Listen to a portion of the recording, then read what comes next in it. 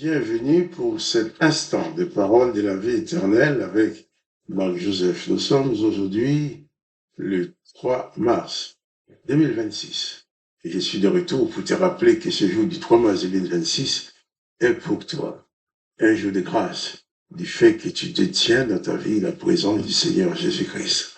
Et j'insiste à répéter tous les jours que lorsque Jésus-Christ est présent dans une vie, chaque jour est un jour de grâce, parce que Jésus-Christ y est présent dans toute la plénitude de sa grâce. En Jésus-Christ, il n'y a aucune condamnation et il est présent dans ta vie pour manifester chaque jour la puissance et le pouvoir de la grâce du Père qui t'a pardonné.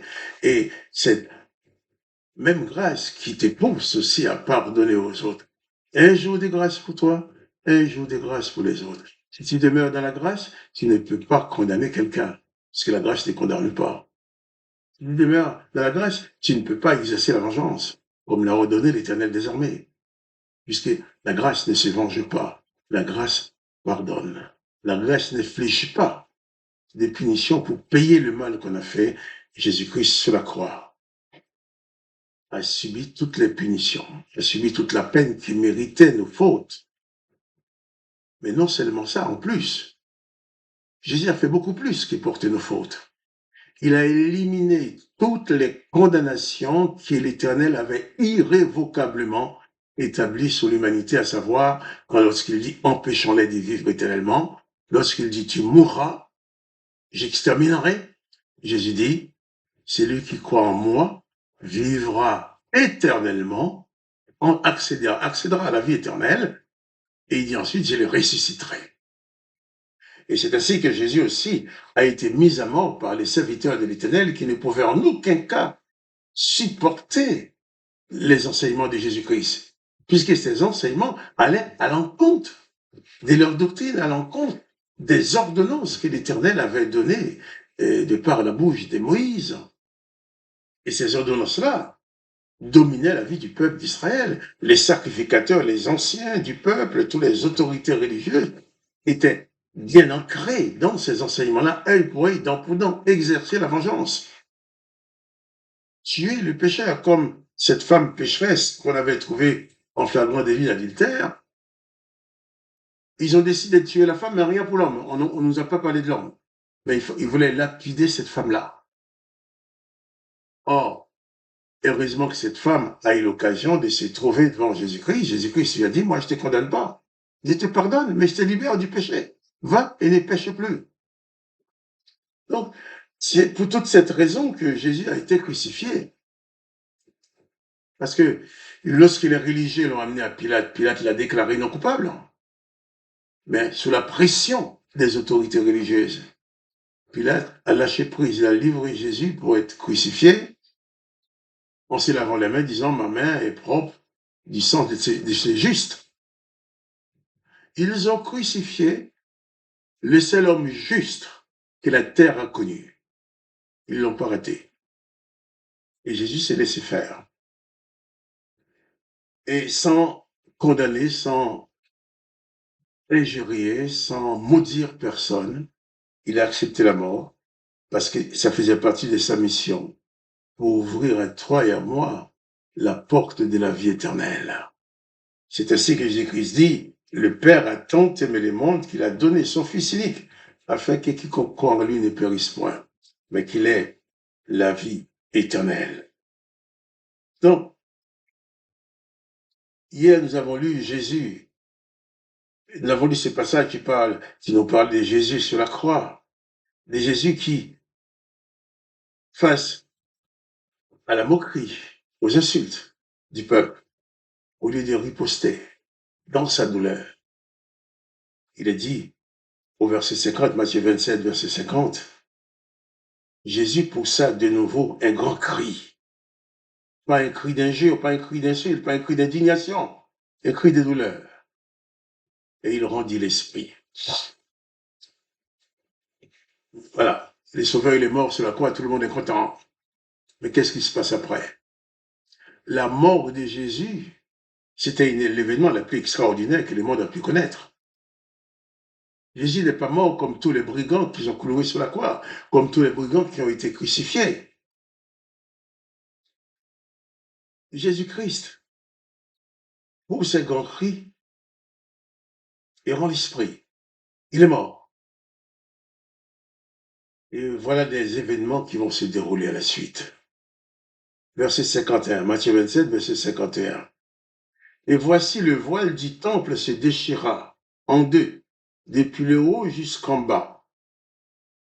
La terre trembla et les rochers se fendirent. Le monde, la nature, a subi le choc de cette mort. Ce n'est pas pour la première fois qu'il est crucifié, mourait sur la croix en Israël. Mais là, ce n'était pas n'importe quel crucifié, Jésus-Christ. Et il y a beaucoup d'événements qui se sont produits à la mort de Jésus-Christ. Nous allons prendre le temps. Chaque jour, on prendra un événement, on va prendre le temps de les décortiquer pour essayer de comprendre. Ils ont dit que le voile du temple, et voici le voile du temple se déchira en deux, depuis le haut jusqu'en bas. De quel voile s'agit-il?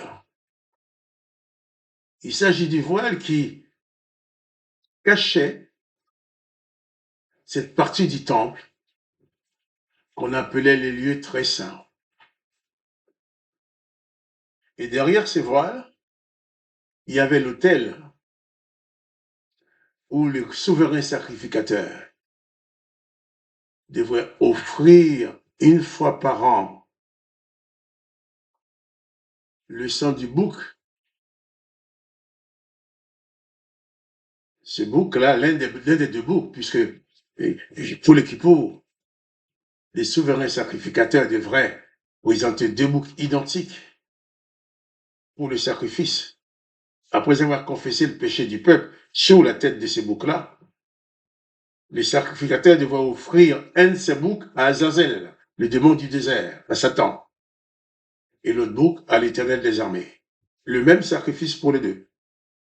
Sauf le bouc d'Azazel, le bouc offert aux puissances, aux princes de ce monde, à Azazel dans le désert, était conduit vivant par quelqu'un qui va lâcher le bouc dans le désert pour l'esprit d'Azazel. Et les boucs de l'Éternel étaient égorgés, le sang était recueilli,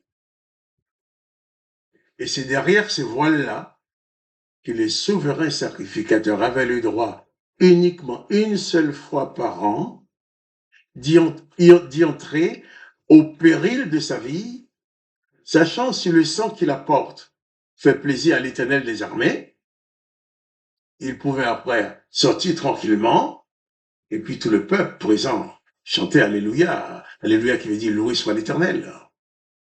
Mais si l'Éternel n'était pas satisfait du sang de ce bouc apporté, cet homme tombait raide par terre. Et personne n'avait le droit d'entrer derrière les voiles pour aller chercher son cadavre. Raison pour laquelle les souverains sacrificateurs entraient dans ces lieux dits très saints avec toujours une corde attachée à sa ceinture. Et il y entrait en tremblant, sachant, il va y entrer, mais il ne sait pas s'il va sortir vivant ou mort. Et alors, s'il tombe mort, le peuple n'avait qu'à tirer la corde pour sortir son cadavre. Et ce voile-là s'est déchiré. Les textes ont dit le voile s'est déchiré du haut en bas. Pour ne pas qu'on dise c'est un homme qui l'a déchiré, mais du haut, en bas, ça a déchiré. C'était pour dire la mort de Jésus a mis fin à toutes ces formes de sacrifices que les hommes devraient offrir. Puisque Jésus, une fois pour toutes, a dispensé la grâce et qu'il n'y avait pas besoin d'autres sacrifices pour le péché d'Israël ou du monde entier.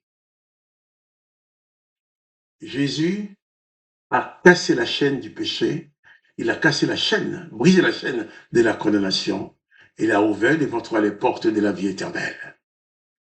Tu peux y entrer maintenant si tu crois en Jésus-Christ. Je donnerai d'autres explications sur d'autres points. Par exemple, les rochers qui se font dire. On en parlera demain. Mais pour aujourd'hui, retiens bien que ce voile du temple qui s'est déchiré, c'est pour mettre au plein jour ce que personne ne pouvait voir. C'est pour dire, eh bien, cet endroit-là n'a plus lieu d'être. Parce que Jésus-Christ a pourvu que les peuples d'Israël pouvaient tout simplement accéder au salut, au pardon, sans offrir des boucs à Satan, sans offrir des boucs à l'Éternel. Parce que c'est la grâce de Dieu le Père qui pardonne. Que le nom de Jésus-Christ soit béni. Mais comprends cela. Jésus-Christ est mort sur la croix pour que toi, tu ne sois plus esclave du péché ou des traditions, des sacrifices ou des pénitences pour payer le prix de tes péchés. C'est une très bonne nouvelle. Jésus-Christ t'aime, il s'est donné pour toi. Alors, laisse Jésus-Christ prendre place dans ta vie. Et plus de panique. Il n'y aura plus jamais de condamnation pour toi. Que le nom de Jésus-Christ soit béni. Le nom de Dieu le Père soit béni. Que toi, tu sois béni. Quant à moi, Marc-Joseph, je te dis encore à demain pour les paroles de la vie éternelle.